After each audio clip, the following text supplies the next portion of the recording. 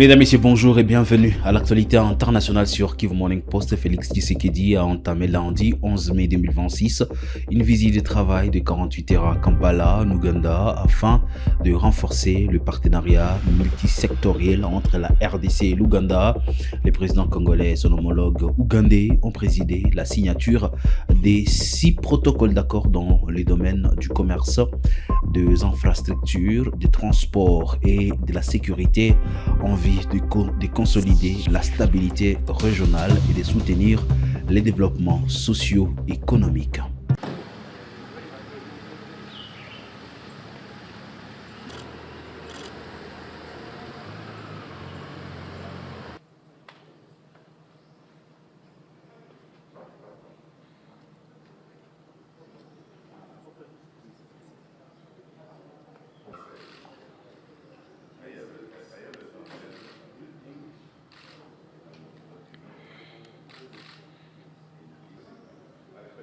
Area number one is security at our borders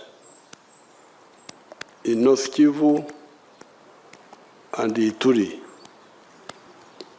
and also on the Uganda side.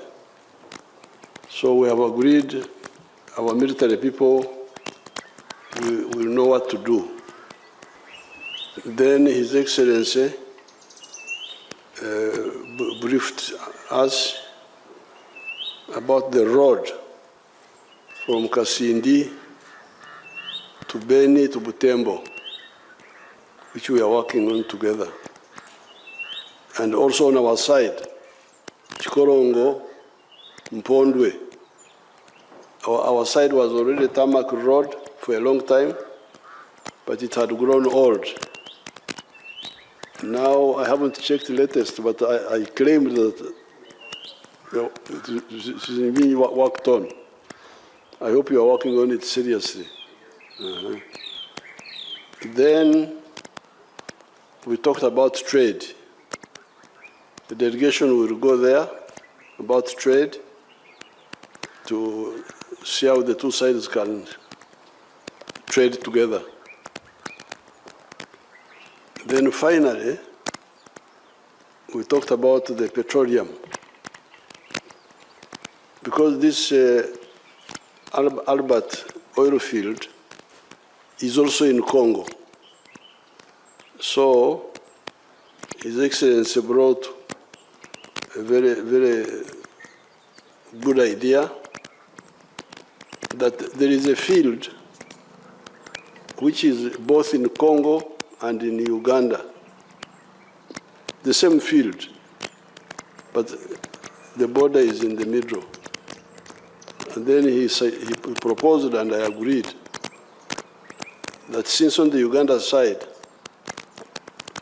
we have already developed the pipeline and we're working on the refinery, Congo would like to participate in that one so that their part also is handled on this side, because we already have underground access. Mon nom personnel pour cet accueil chaleureux que vous nous avez réservé et profiter de l'occasion pour à nouveau vous féliciter pour votre brillante victoire aux dernières élections présidentielles, victoire que nous allons d'ailleurs célébrer ensemble demain lors de votre investiture. Monsieur le Président, je voudrais également vous remercier pour le contenu des discussions que nous avons eues aujourd'hui, qui nous ont permis de faire l'évaluation de la collaboration entre nos deux armées, parce que vous savez très bien que nous attachons une importance particulière à la sécurité et à la stabilité dans toute la région des Grands Lacs. Et ici particulièrement dans la région dans laquelle travaille conjointement nos forces de défense et de sécurité. Toujours à l'international, le président français Emmanuel Macron a annoncé lundi 11 mai 2026 à Nairobi un total de 23 milliards d'euros d'investissement en faveur de l'Afrique à l'issue du sommet Africa Forward. Ces montants comprennent 14 milliards d'euros de financement français issus d'acteurs publics et privés ainsi que 9 milliards d'euros apportés par des investisseurs africains.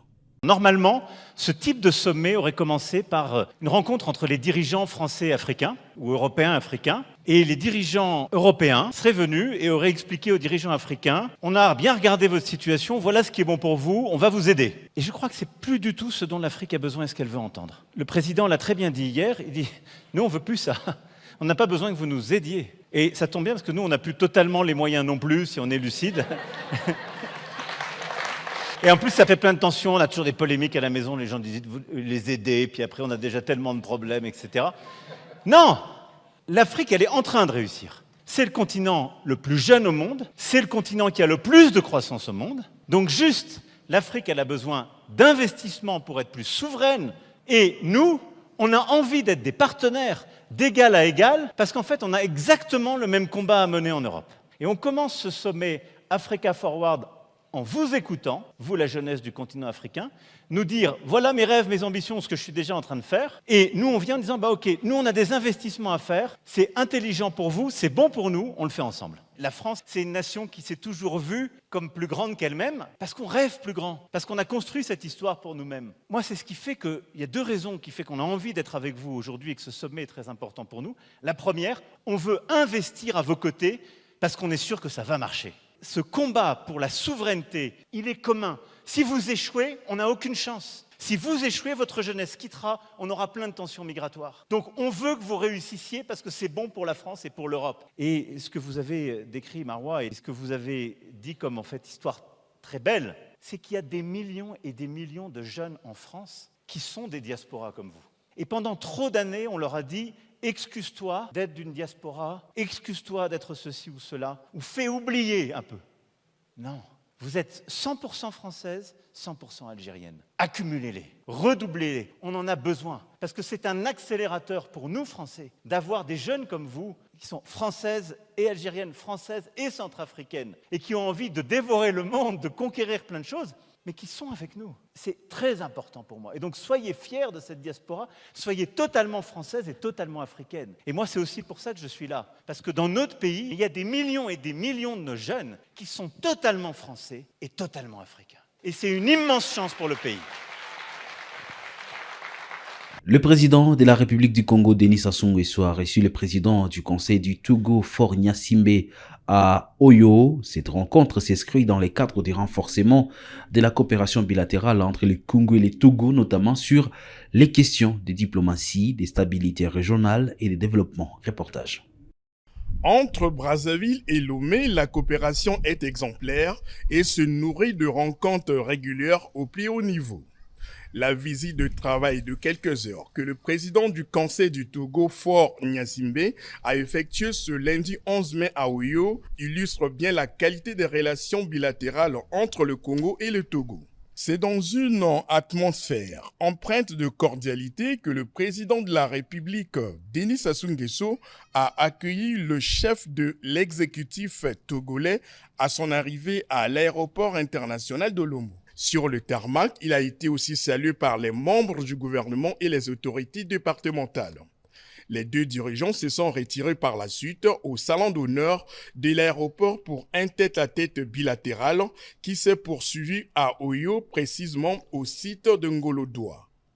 Des entretiens approfondis qui leur ont permis de procéder à un large échange de vues sur des sujets d'intérêt commun. Ils ont bien entendu fait le point de la coopération entre les deux pays, tout en mettant un accent particulier sur la nécessité de mettre en œuvre des accords économiques signés en août 2020 entre le Togo et le Congo. Au nombre de ces accords, il y a celui relatif au partenariat entre le port de Pointe-Noire et celui de Lomé. Au cours de leur entretien, le président du Conseil du Togo a adressé ses félicitations au président congolais récemment réélu à la magistrature suprême. Les deux présidents qui sont attachés à la paix ont également évoqué la situation politique et sécuritaire en Afrique et dans le monde. La crise à l'est de la RDC, dont le président du Conseil du Togo est médiateur de l'Union africaine, a assurément figuré en bonne place des discussions. À noter que la rencontre entre les deux dirigeants a toujours été l'occasion de réaffirmer l'excellence des relations d'amitié et de coopération qui unissent le Congo et le Togo au bénéfice des peuples des deux pays. Le président angolais João Lourenço est arrivé dimanche 11 mai 2026 à Alger pour une visite officielle de 3 jours. Il a été accueilli par son homologue algérien Abdelhamidjid Tebboune lors d'une cérémonie officielle au cours de laquelle les hymnes nationaux des deux pays ont été interprétés. Cette visite s'inscrit dans les cadres du renforcement des relations bilatérales entre l'Algérie et l'Angola, notamment dans les domaines politiques, économiques et diplomatiques.